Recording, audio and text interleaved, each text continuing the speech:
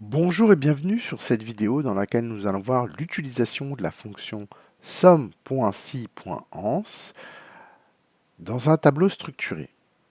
Alors pour illustrer cela, je vous ai préparé ici un tableau de type structuré qui va comporter le récapitulatif des ventes de plusieurs commerciaux, donc une société qui est spécialisée dans la vente en gros de fruits et légumes.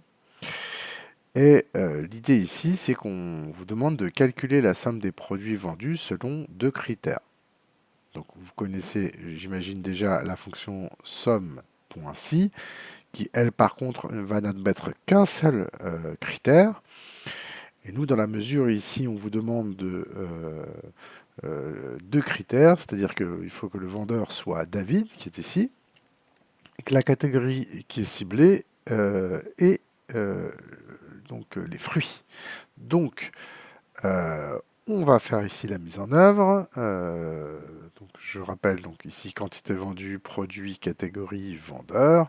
On va aller d'abord regarder le nom de ce tableau. Donc je clique n'importe où sur le tableau structuré, on va aller vérifier ça.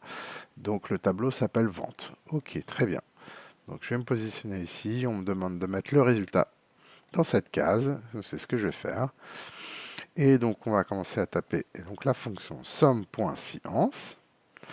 Donc le premier argument, ça va être la plage qui va nous permettre de calculer cette somme. Donc là, en l'occurrence, on va aller appeler l'objet, donc le tableau structuré vente. On ouvre un crochet, ça va nous permettre de faire apparaître l'ensemble des noms de colonnes. Donc ici, on l'a dit, c'est la quantité vendue. On ferme le crochet. Ensuite, second argument, donc là maintenant, ça va être la plage du premier critère. Le premier critère, on l'a dit ici, donc c'est faut que le vendeur soit David. Donc on tape ici vente, donc le nom du vendeur, donc on va prendre le vendeur, et ensuite le vendeur, spécifiquement le critère, c'est David. Point virgule. Deuxième critère, donc là, on va de nouveau mettre la plage du deuxième critère. Donc là, c'est au niveau des catégories. Vente. Ensuite, donc c'est la catégorie. Point virgule, on va préciser la catégorie ciblée. Donc c'est la catégorie fruits. Et nous avons donc terminé notre formule. J'appuie sur Entrée. Et ici, j'ai le résultat de 27 tonnes. Donc, David a réalisé 27 tonnes de vente dans la catégorie fruits.